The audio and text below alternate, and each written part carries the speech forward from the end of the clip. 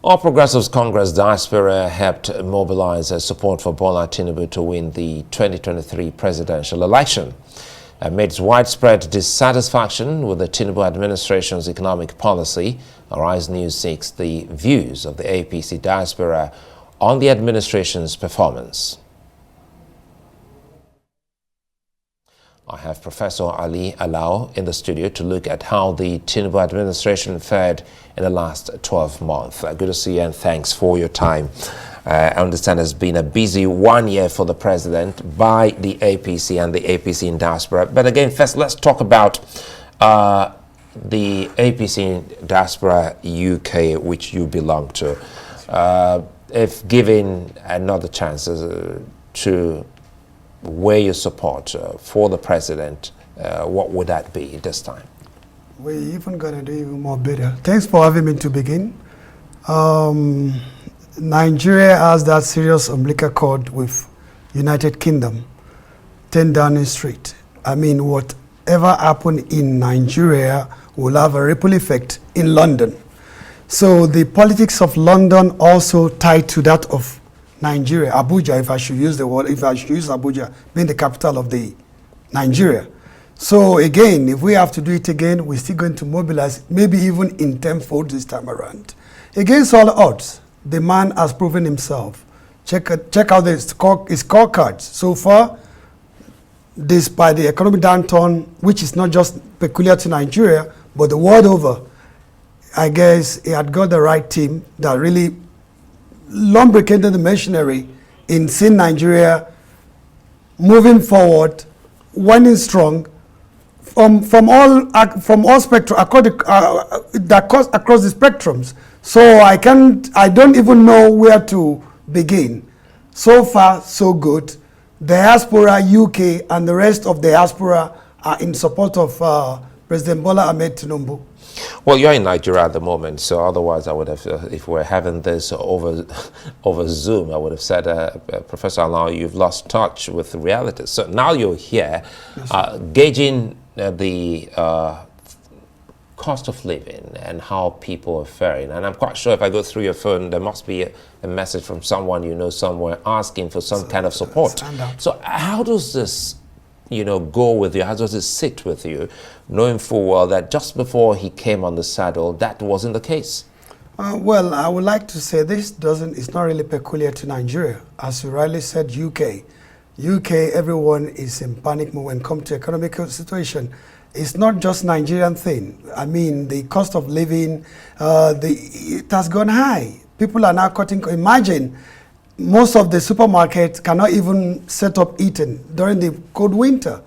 That goes to show it's not just a Nigerian thing, it's world over. So it would be very unfair for anyone to turn around and say, hey, this is just about Nigeria. Why can't they just fix it? There's no quick solution. We need to go through this very trying time. We're almost there, if you ask me. We're almost there. We're almost there. So now we're almost there. It's just, sorry to interject. No, go ahead. Just last week or thereabout, when they called for strike or so, I believe I will find it very insensitive to those at the realm of affairs of the labor union. This is not just a Nigerian issue. It's world issue. Certainly, I was going to get there. We'll still talk about the strike and the demands of labor and how that is going with the president of Nigeria. But when you say we're almost there, from what prism do you speak of this hope? We need to look at the pragmatism from the Mr. President and his team. Let's say, for instance, they say minimum wage. They want to raise it from 60,000 to almost $500,000 naira. Is that really realistic in today's Nigeria? Let's say federal government can do it. What about the private sector? How are they going to break even? It's completely unrealistic. But at the same time, they have the middle ground whereby they say, okay, well, let's start with 100 and something plus thousand naira. So that goes to show the sensitivity of the situation with everyday people in Nigeria. The government, the Bola Ahmed Tinubu's administration is well inclined with the reality of everyday Nigerians.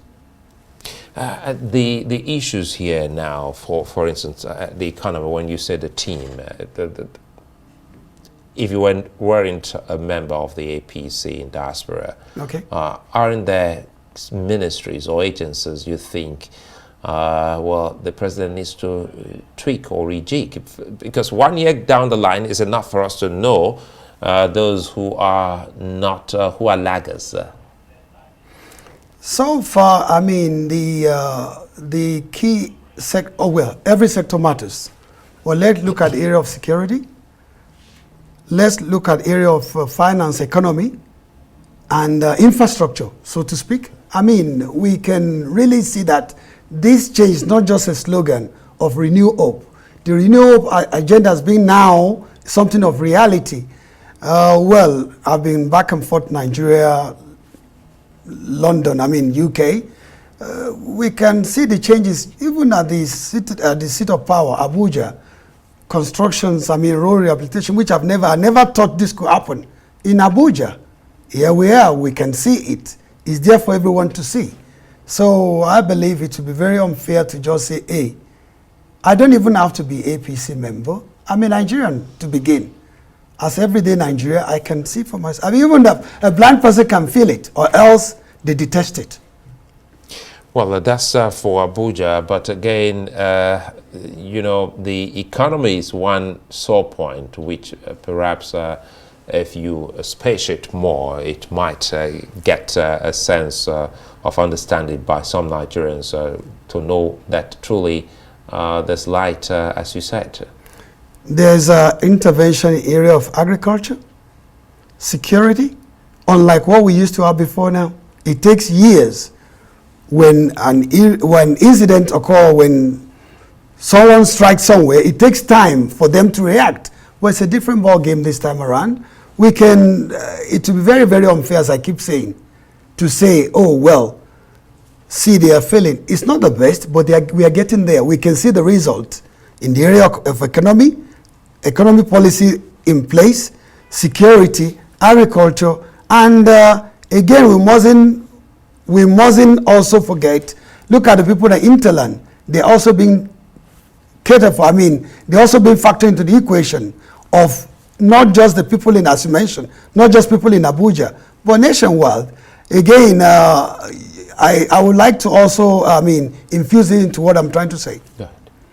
Look at the before now. It's been a wide problem in getting the governors to adhere to let the people from the local government feel the government. Now, the federal government, under the leadership of President Bola Ahmed Tinubu, has taken them, has charged them to call the state governors that please, you can't hold everyday people from their locality into ransom. Give the autonomy to the to local government chairman. That goes to show the government, under the leadership of the president, is sensitive to the needs of everyday Nigerian, to the grassroots. Well, grassroots governance is one beautiful one, no doubt. But again, by the way, quickly here, you're also a security expert. So speaking about security is good. But let's see if we can close on the economy. The economy is still something that, you know, no matter how you try to drive it, you say even the blind can see and feel. It's the same thing. But it's not peculiar to Nigeria. That's one thing we shouldn't shy away from. The whole world economy is in panic mode. And they are trying, by their pragmatism in terms of interventions. I mean, in a situation whereby everyday people can, I mean, buy and selling, and, you know, this is what turns around the economy. So, in a way, I would like to suggest all Nigerians should rally around the country, regardless of your political affiliation or belief. We don't have any other Nigeria. We only have this Nigeria. Nigeria must strive. Nigeria must move forward. Well, Nigeria must strive and move forward. That's a fine place for us to leave it. We really do hope that this conversation can be sustained so that more and more people can see this beauty and light which you spoke about the government in the last 1 year. Professor Alao, man, thanks for your time. Thanks for having me. Yes, it's been a pleasure. Yes, he's a member of the Thank APC in diaspora, the UK chapter.